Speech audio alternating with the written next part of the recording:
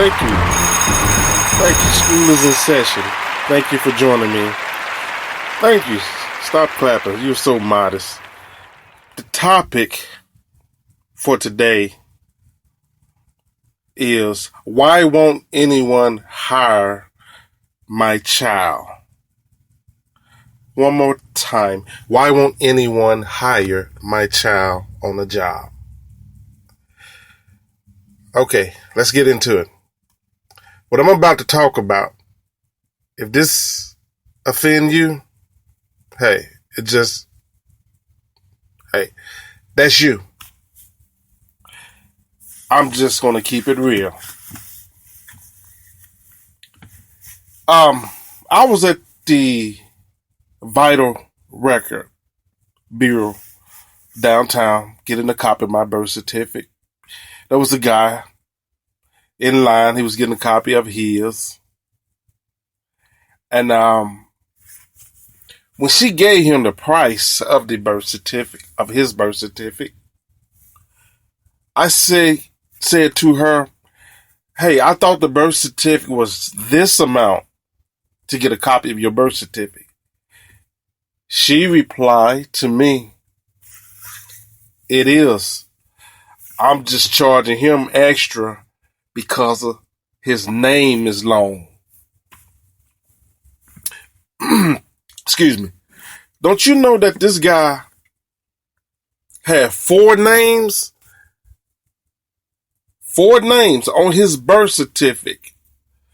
I mean, it was one name. It sounded like 4. You know, like you have a first and a last name. His first name was 2 names. His last name was 2 last names. So she charged him extra for it. And on top of that, it was a name that no one could even pronounce, but probably him and his mom, or people that know him personally. If this guy put in a job application,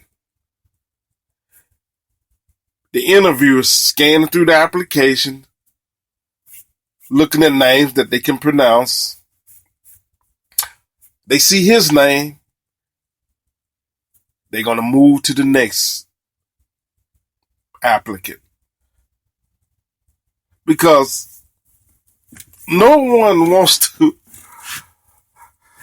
let me say this right quick. To me, it's a form of child abuse, ladies, guys, whoever you are, naming children these long, hard to pronounce names.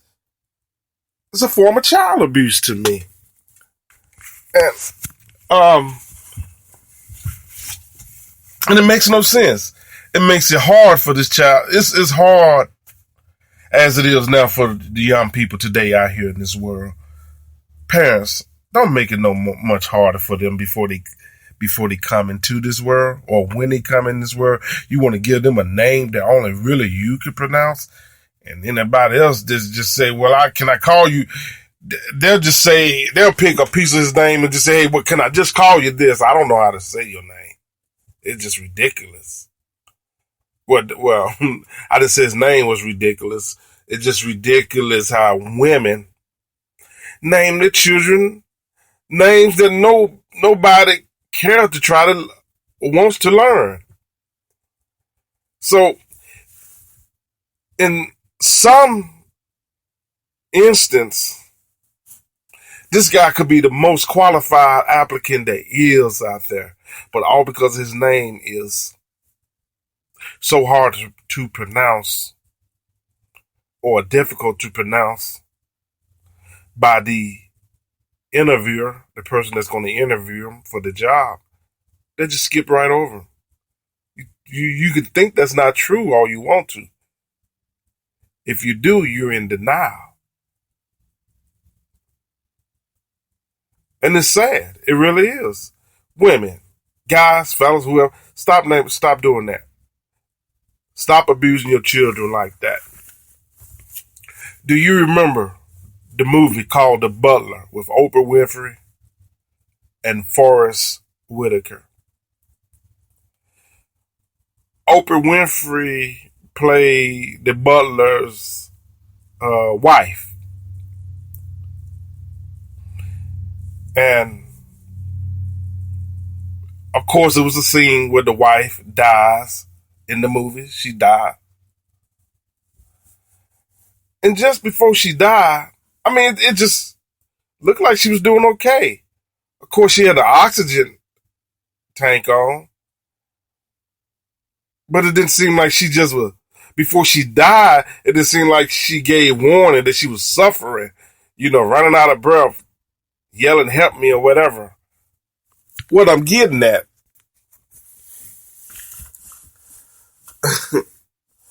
it's strange that one scene of the butler, the wife of the butler Oprah played, she had a new grandbaby. I mean, you can look the movie up. You'll see what I'm talking about. Just, watch the end, somewhat the end of the movie, The Butler. Just before she died, he was in the living room. She was in the kitchen looking at pictures of the new baby. Then she saw the name.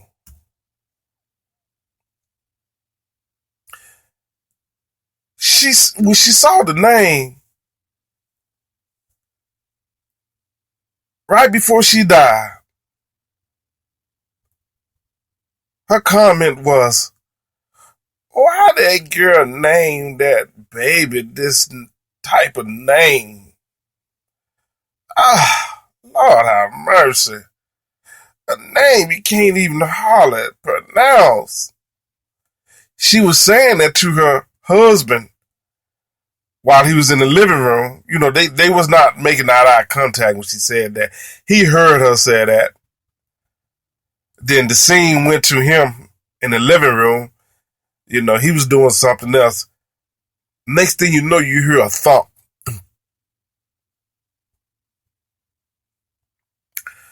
So he heard the thump, the husband, the butler. So he said, "Whoa, you all right, baby?" He kind of talked back toward the kitchen where she was at. He said, "Baby." So he walked back toward the kitchen, and he saw that she was somewhat slumped over. He said, "What you doing, taking a nap?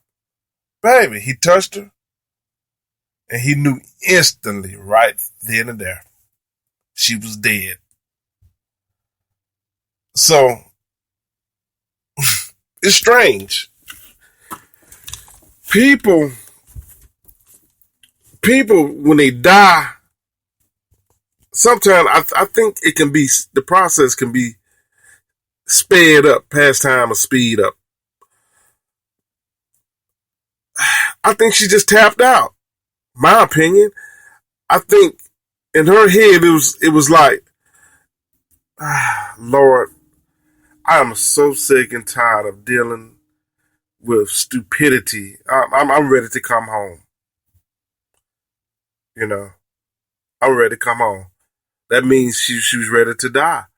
She's just I believe if her granddaughter would have had a name by the mom, which was her daughter, the one Oprah's daughter, in the movie. I believe if she would have named the daughter a simple name like Tina or whatever, she would have looked at it and said, "Oh, that's my new grandbaby. Wow.